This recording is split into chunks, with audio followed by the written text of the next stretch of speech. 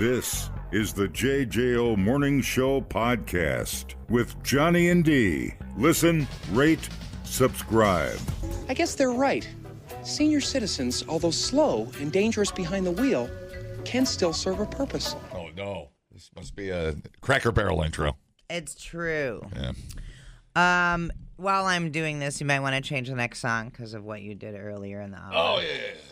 Okay, so we all know, unless, of course, you've somehow magically avoided all of the Cracker Barrel drama, which if you have, tell me your secret. They changed the logo. They took out Uncle Herschel, and everybody lost their mind. Not everybody. Most everybody. A weird section of the population lost their mind. And even though, mind you, companies change their logo all of the time, and nobody seems to mind. But this one really, really struck a nerve with people. Although I am convinced if they did it and didn't announce it, it would have taken a long time for anybody to notice. I honestly believe that. Slow rolled them one store at a time, I guess. Yeah, totally. Yeah. Anyway, so they announced, they're like, oh, we're changing the logo and we're going to freshen up the decor. And people were like, ah! And so there was this huge blowback, blah, blah, blah, blah, blah. Well, so then they were like, okay, fine, we'll keep Uncle Herschel on the logo. And then now the update. They should have just brought back smoking in the main dining room. That would have got me back in. Oh, my God. Do you remember the smoking section? And then they would have, it was like a half wall.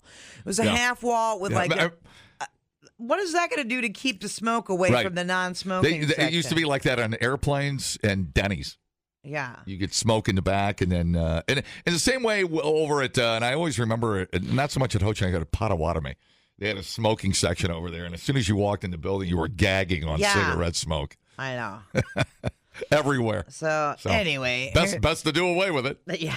Here we go. Here's an update. So now they're not even going to redo the inside, the interior. They're like, fine, keep your musty, dusty tchotchkes. They released a statement, you've shared your voices, not just on our logo, but also on our restaurants.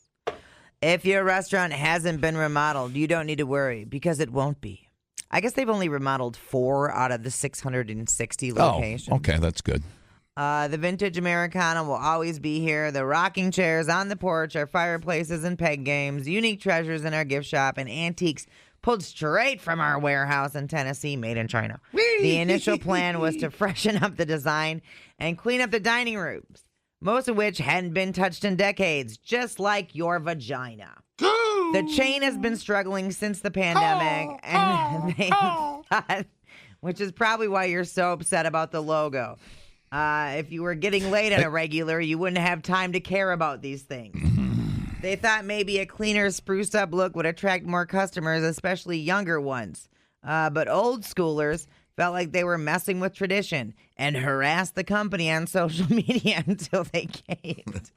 So crazy. Well, if you didn't, if they were, if the whole reason they were changing everything is because they were losing business, which I assume it was, how's that gonna help reinvigorate your love for the Cracker Barrel? I have no idea. They changed. They added some new menu things too. They added a New York strip, I know, and they added some sort of pecan French toast baked. And I was whatever.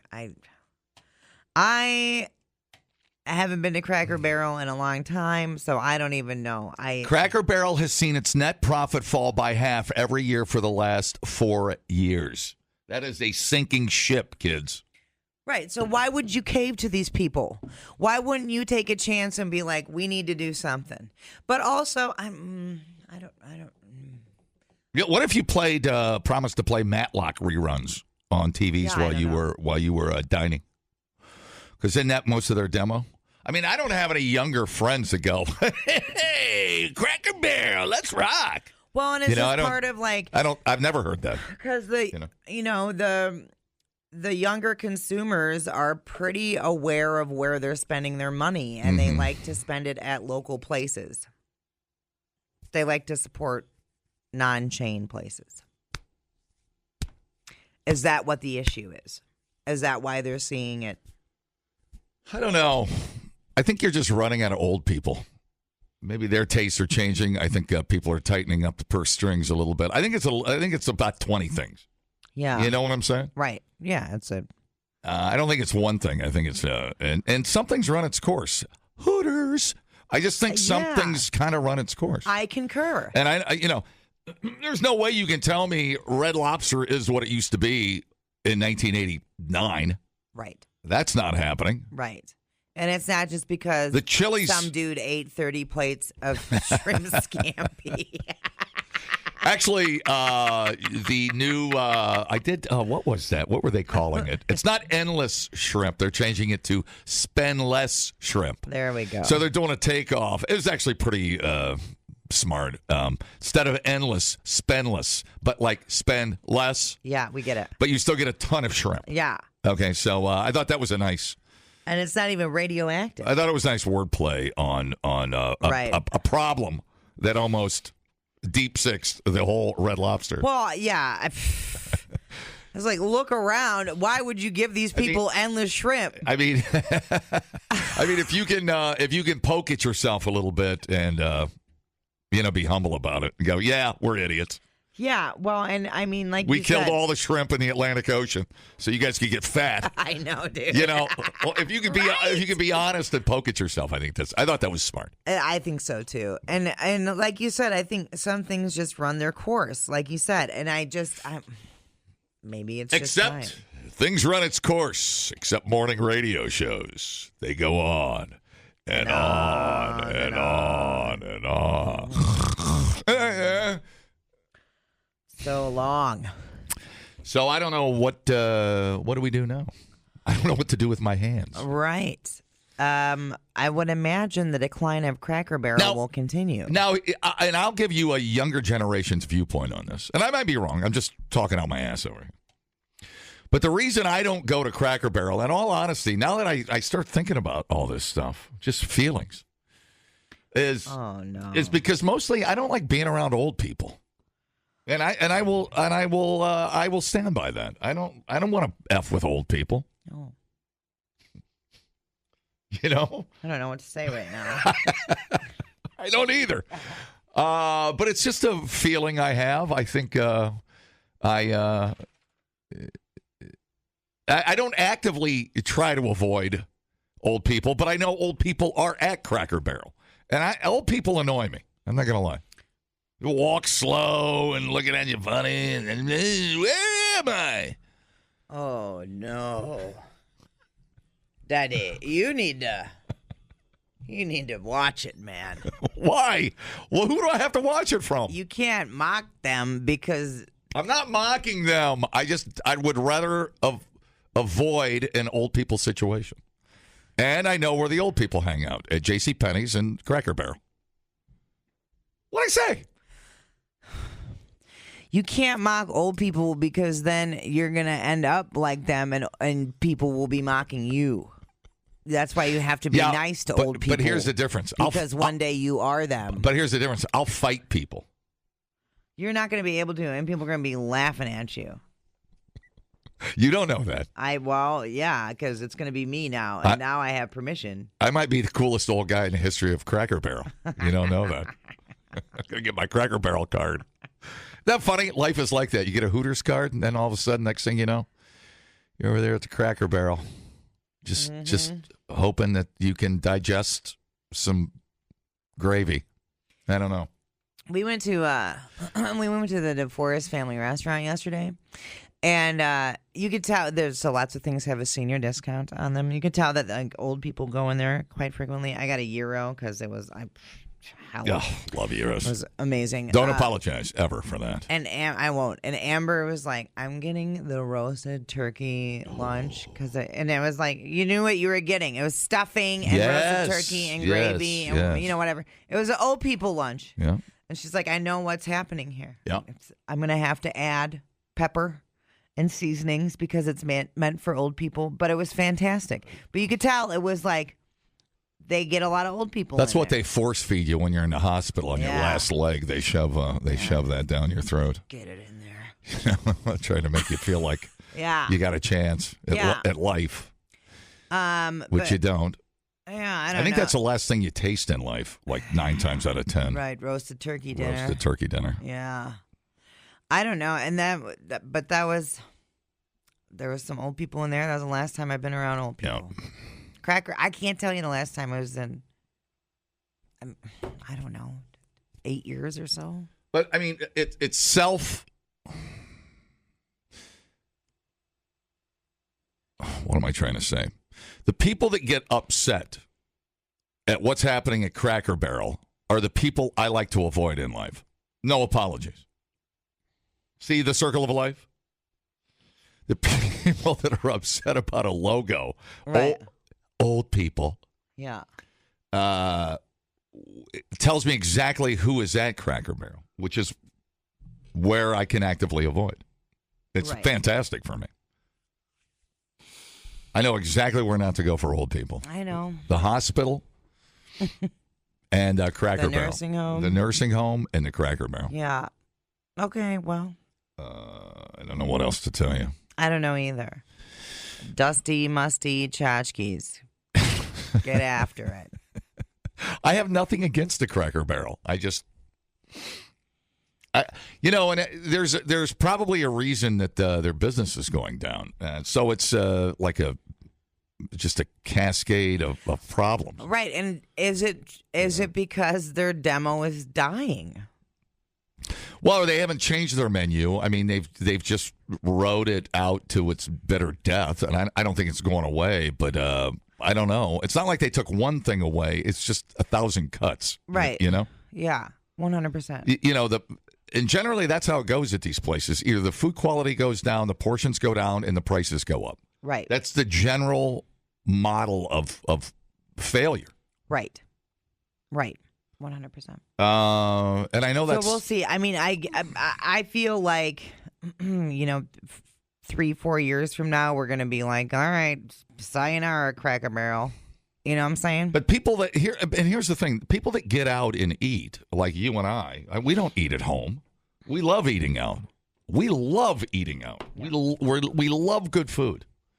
Yeah, we probably go out once a week. And I had a steak at the roadside last night. I had the T-bone or the ribeye. It was fantastic. You don't have to pay $75 for a ribeye. There's one at the roadside for $35. Oh yeah, dude. It's one of the best ribeyes I've ever had. Right. You know.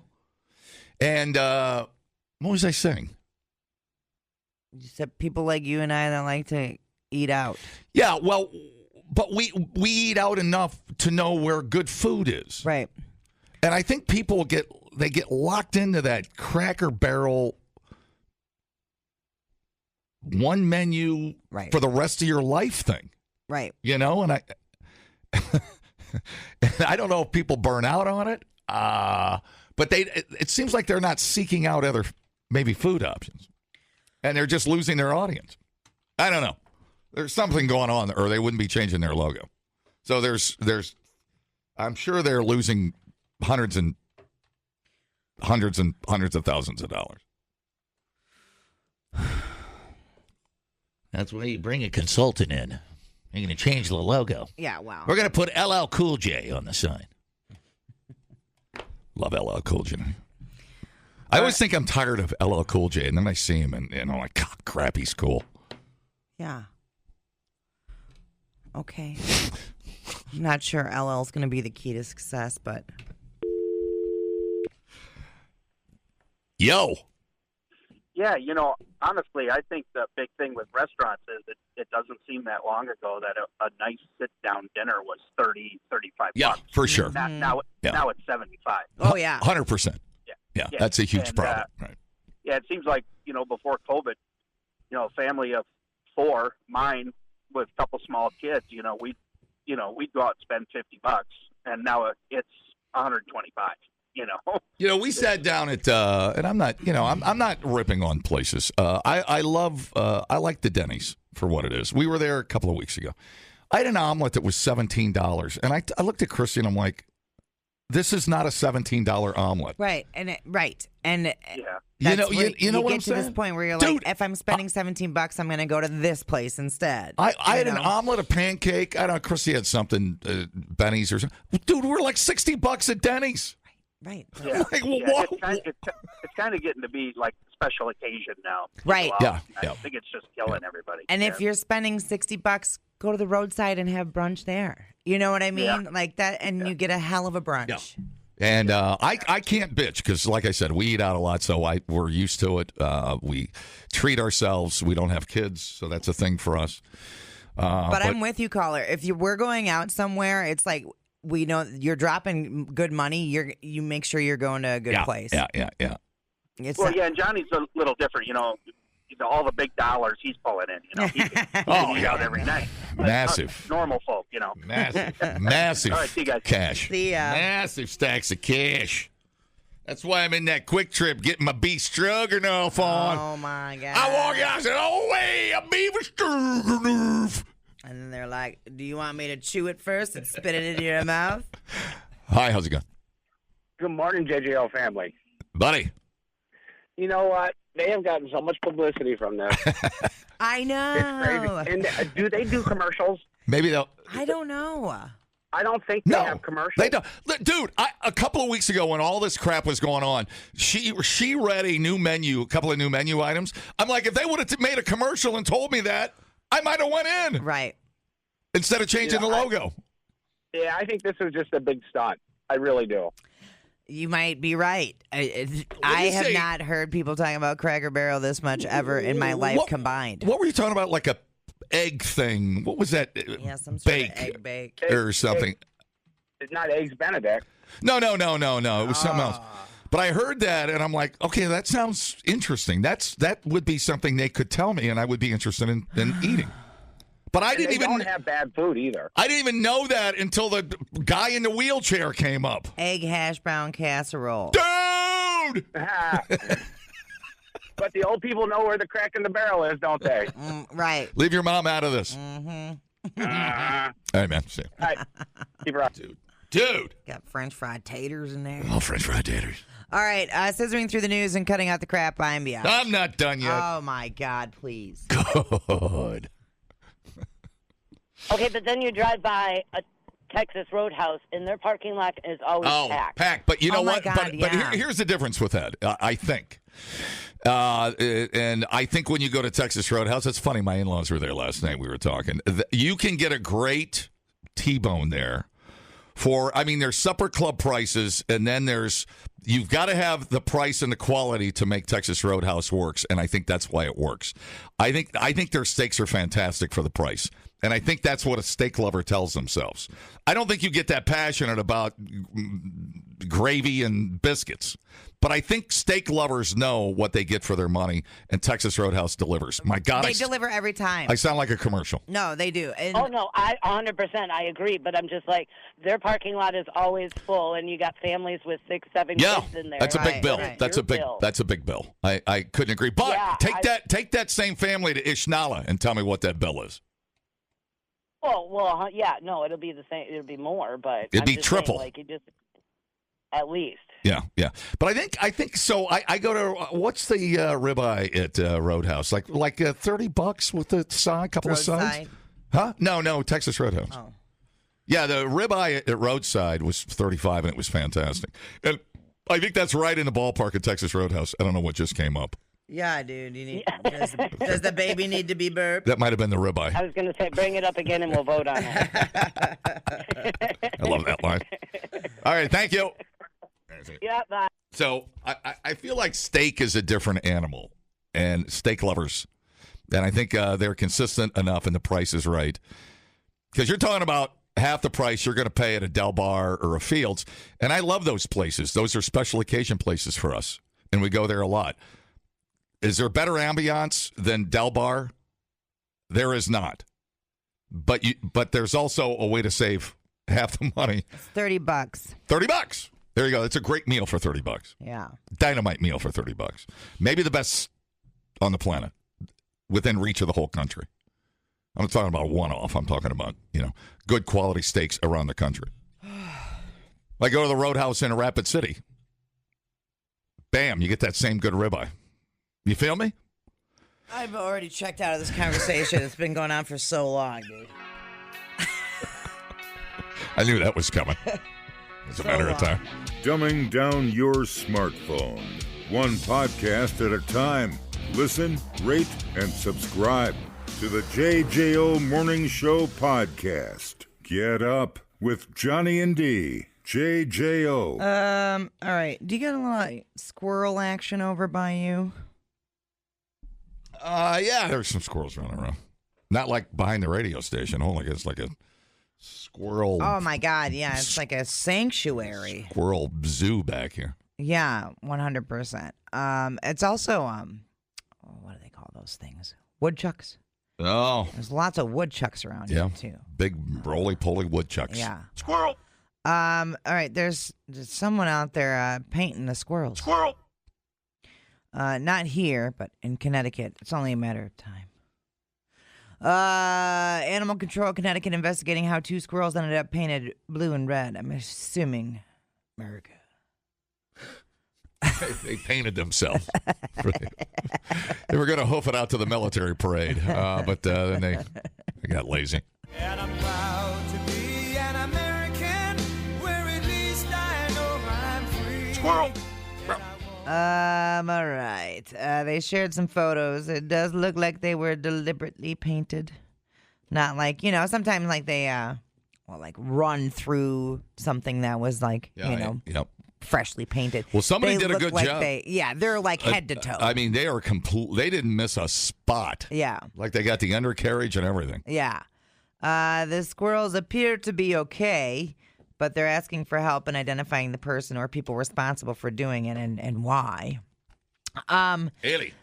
And I mean, you think about it, like they don't blend with their environment, right? They're clearly going to be more visible to predators. Yeah. Predator. Probably true. What's a predator in Connecticut? Coyote. Hawk, coyote, yeah. Eagle, interestingly. Cats.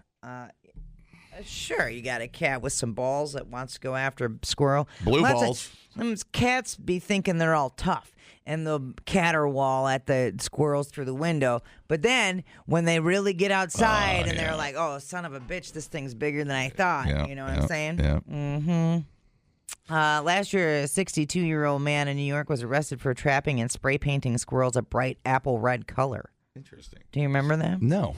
So he was just trying to. It's fall. I think I'll just add to the festivities. We do, and he didn't say why he did it. Yeah. Is that against the law? Yeah, you can't be doing that. Can't paint a squirrel? He was charged with 3 counts of poisoning or attempting to poison animals. Oh, okay. Yeah, it's not their natural thing. Pink squirrel's actually a drink at the supper club, so let's not go there. Isn't that an ice cream drink? I think it is. I ain't never had one. Forget what's in a pink squirrel. Some kind of liqueur of some kind. What's in a pink? Pink squirrel would be in there. Amaretto or something. Creme de noix. Oh yeah, they're the cream. Almond flavor liqueur. Yeah, there you go. Made from stone fruit pits. White cream de cocoa. Oh. And then heavy cream or vanilla ice cream. Yeah, 700 calories. Freaking kidding. No wonder why it's good. That's why it's also a dessert. Okay. Painting a squirrel. What do you? Those things are. They got to be little psychos if you're holding them. They're squirrely bastards. So how do you? I don't even understand any of this. See, is it a 2-man operation? How does that work? You got a little straitjacket for it? I would think you trap the squirrel and then probably trank it. And then trank it or just start spraying all over and then it gets in his eyes? I mean, that's pretty nasty. Yeah, I mean, get a different hobby. Yeah, that sucks. That sucks. I hope it wasn't some stupid gender reveal. Oh, yeah. Could be. But why not use the dogs? Why not use Tannerite like everybody else? Well, use the kids. Have a pink kid and a blue kid run around. Why do that to the squirrels? Hell if I know, dude. I don't like any of this story now that I think. The red one could be blood. Maybe the squirrel is eating the faces of its painters or something. I don't know. Who knows? Talk it out, buddy. I don't like any of this. There are fox squirrels in Adams County with a head the size of my fist. It's terrifying. I believe it. I saw, where was I golfing at? I saw a black squirrel. Those are so cool. Yeah. I rarely see one a year. And right there was Duder just staring at me. I'm like, it's you or me, pal. The squirrel one? I ran. Oh, I ran yeah. Yep. You blinked first. There's no red squirrels in the world. I mean, I might believe a red squirrel because there are red squirrels. Yeah. There's grays and reds, but not red. It is red. Not like fire engine red. Give me PC2. It is National TV Dinner Day. Where's dear old dad enjoying his TV dinner? Hungry man Salisbury steak with gravy, mashed potatoes, green beans, and even peel back apple pie. Oven ready in heat and serve trays. Under $1. Preservatives, sodium, fat, calories. Oh, looks like Dad forgot to check his blood pressure and cholesterol levels. Time to call the ambulance. National TV Dinner Day. Yeah, dude. We weren't big on TV dinners at all. How about you? They still make them? Oh, yeah. I don't even know. Yeah. Yeah, we used to eat them. Kids, we had the TV trays of our grandma and grandpa's, and we would... Well, we either had to eat them or starve to death. So that was basically that was that. The concept of the TV dinner was created in order to make the experience of gathering around the TV together as a family even better. Originally known as the TV brand Frozen Dinner, TV dinners became popular in the 1950s. A lot of the prepared dinners, all of like the instant mashed potatoes, all of that crap, bricks of frozen, started in the 50s. And coincidentally, that's also when, the sugars started going up and all of that stuff. And that's also when the obesity rate started going up. Is any of this a coincidence? I don't think so. I remember 2 TV dinner names, and that's it. Stouffer's. Was that when I was eating TV dinners? That's just the name I associate with the TV. And Lean Cuisine. Okay. There was the Lean Cuisine TV dinner phase. I remember that. And we had was it a Jimmy Dean thing? I don't, like a breakfast bowl or something. We kind of had some of those there at one time. And those were good. I don't know if you consider that a TV dinner, but they were good. All right, here we go. Ugh. Sit down, kids. Let's learn something. Ew. 50 years before the boom of TV dinners, meat was already a common frozen commodity. But it didn't have a wide appeal because the freezing methods made the food lose flavor and taste. The evolution of frozen foods was aided largely by Clarence Birdseye. I watched a whole thing on this guy. Yeah. I forgot about Birdseye. I discovered a quick and effective way of freezing fish as early as 1925. Just add salt. With this knowledge, he expanded the process into vegetables. Birdseye vegetables, you son of a bitch. This method of frozen foods was used in procuring food for the military during World War II. In 1949, Albert and Meyer Bernstein ushered the idea of TV dinners into the larger market. They founded Frozen Dinners, Inc. and began selling their products into the Pittsburgh area. However, TV dinners became popular after C.A. Swanson & Sons rebranded the idea of frozen dinners. Yes, Swanson. This time, there was a general acceptance of the idea, and TV dinners became an instant hit. The original idea is credited to Jerry Thomas, a Swanson salesman. After low Thanksgiving sales, there was an abundance of turkey left. In an attempt to salvage the leftovers, Jerry Thompson claims to have come up with the idea of TV dinners. Today, TV dinners cover a limitless range of food, including fruits and vegetables. And National TV Dinner Day is the holiday that is set aside to appreciate and enjoy the simplicity of eating while enjoying a good time in front of your television set and consuming massive amounts of sodium. Banquet. I forgot about Banquet. Banquet, yeah. Maybe that's the first one I had. Who knows? I think Stouffer maybe came a little bit later. Yeah. In the third year of marketing the TV dinner, C.A. Swanson and Son sold 25 million units. Wow. Yeah. TV dinner is generally not very expensive, so that was part of the appeal as well. Hungry Man dinner is popular because they were, bigger. Yeah. So there you have it, National TV Dinner Day. Hey, I did a lot of the lean cuisine meals and all that crap in college because they were fast and easy. Well, and I had I had like 30 minutes in between jobs and school. So it was like you pop into the apartment, throw on some deodorant, wash your face, eat a TV dinner, and get going. Yeah. That was all you had time for. So it was either that or microwave popcorn or SpaghettiOs. You had no time to make anything. When was Hungry Man around? Was that in the banquet days? Or was that later? I feel like that was 80s. I can't. 1973. Trying to compartmentalize my TV dinner timeline. They were introduced by Swanson in 1973 to provide extra large portions of frozen meals for those with bigger appetites, including hungry men. And then, how are they doing now? Is it rebranded and okay? I never see a TV dinner commercial. I mean, the new TV dinner is like the noodle platters, entrees at Quick Trip. They're not branded as TV dinners. We just call them frozen meals. Oh, okay. Makes sense. So I guess, they're rebranding. Yeah. Just Nobody lost their mind about that. It was just for the no hassle thought. Throw it in the oven and down the road. Get this. Brands like Swanson and Hungry Man still produce convenient single-serving frozen meals, and the market for frozen meals in general has seen a resurgence, especially after the COVID-19 pandemic.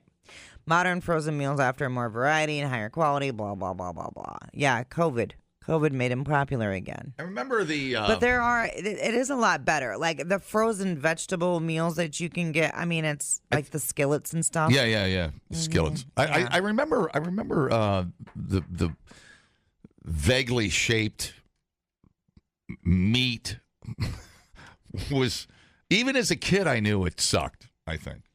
Right. But you just ate it. Yeah, we never had them growing up because my mom was a stay-at-home mom, so she made the meals on the farm. Yeah, I remember the vegetables being mushy. Oh, God, I'm tripping back. And then the dessert was, what was the dessert? Like baked peaches or something? Like apple crisp or something. Yeah. How am I alive? I have no idea. No idea. Like 110% of your daily sodium allowance in one TV dinner. Mm-hmm. Oh, man, that can't be good for you. That's probably what's going to do me in. Some TV dinner globs stuck in my colon somewhere. Look what I found. It's a chunk of Salisbury steak. TV dinner, final destination. TV dinner, Salisbury steak. Replay today the JJO Morning Show podcast. Get up with Johnny and D. JJO. Okay. Serial Guinness World Record breaker David Rush, who holds the most records, more than 181, said he was somewhere in the North Atlantic Ocean aboard the Disney Wonder cruise ship when he broke the record for the most table tennis balls bounced against a wall with the mouth in 30 seconds for the third time. PC2. Let's see what we got going on. 3, 2, 1, go.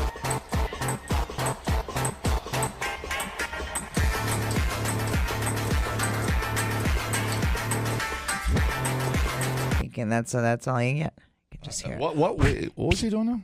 He had it in his mouth. He had to catch the ball in his mouth and then spit it out against the wall and bounce it back and forth. Oh, that's pretty good. That's pretty impressive. Pretty good. Yeah. The record I didn't know we needed, but Rush originally set the record at 43 bounces, but he bested his own title in 2024 with 47 bounces. Ping pong ball. Or what was it? Yeah. Yeah. Managed to break the record for a third time with 51 bounces. Man, oh, man. That's some coordination. To the casual eye, it might look goofy, but trust me, this record is deceptively difficult. The spit has to be perfectly aimed. Yes. Too much pressure and the ball rockets back higher than expected. Yes, Too little and it drops low and slows you down. Every bounce is a split-second calculation. Pressure, angle, timing. Thank you, David. Dude, that guy is a maniac. It's incredible. Yeah, yeah, his good creativity on that thing. I don't know. He could be the Forrest Gump of ping pong ball sponsors. Hell yeah. Me and my Flexolite ping pong paddle have traveled the world and won championships all over the world. Anyways. Saudi Arabian motorcyclist performed a nearly 1,000-foot wheelie while holding a handlebar in his mouth to break a Guinness World Record. Who are these people? Ahmad Othman clamped his jaws around a handlebar of his motorcycle to keep his vehicle steady during his wheelie on July 15th. He managed to ride in this position for 984 feet and 3 inches, officially breaking the Guinness World Record. That's good. It's pretty damn impressive. Yeah. So you're leaning and on a wheelie. Oh, I'd have to see that to even figure that out. He held his arms out at his sides to balance himself while attempting the wheelie, which lasted just under a minute. Did he do anything different? Did he alter the handlebars, or did they stay the same? I have video here. Let me see. I'm a motorcycle expert. Let me see. Oh my God! Mm-hmm. What a freak! No. The handlebars are the same. His arms are out like a bird, and he's leaning forward and juicing the throttle. Pretty cool, huh? Yeah, and then he's got his back leg on the back of the bike fender, and that's incredible. That takes precision balance. That's crazy, dude. Yeah, that's a long time to do that. That's not a record. That's a stunt, man. Dude, that's nuts. Yeah, that's impressive. My teeth hurt watching that. I know. So you got to throttle Yeah, okay. So you just hand throttle and then wrap your jaw around it and go. My teeth hurt, dude. Dude. Do you have a mouth guard in? He's okay. Dr. Shanna, my dentist, would kill me. Wow. That's She'd incredible. Be like, what were you thinking, dude? I'd be like, I wanted a record. I don't know. Yeah, and then you just got to start adding things to that.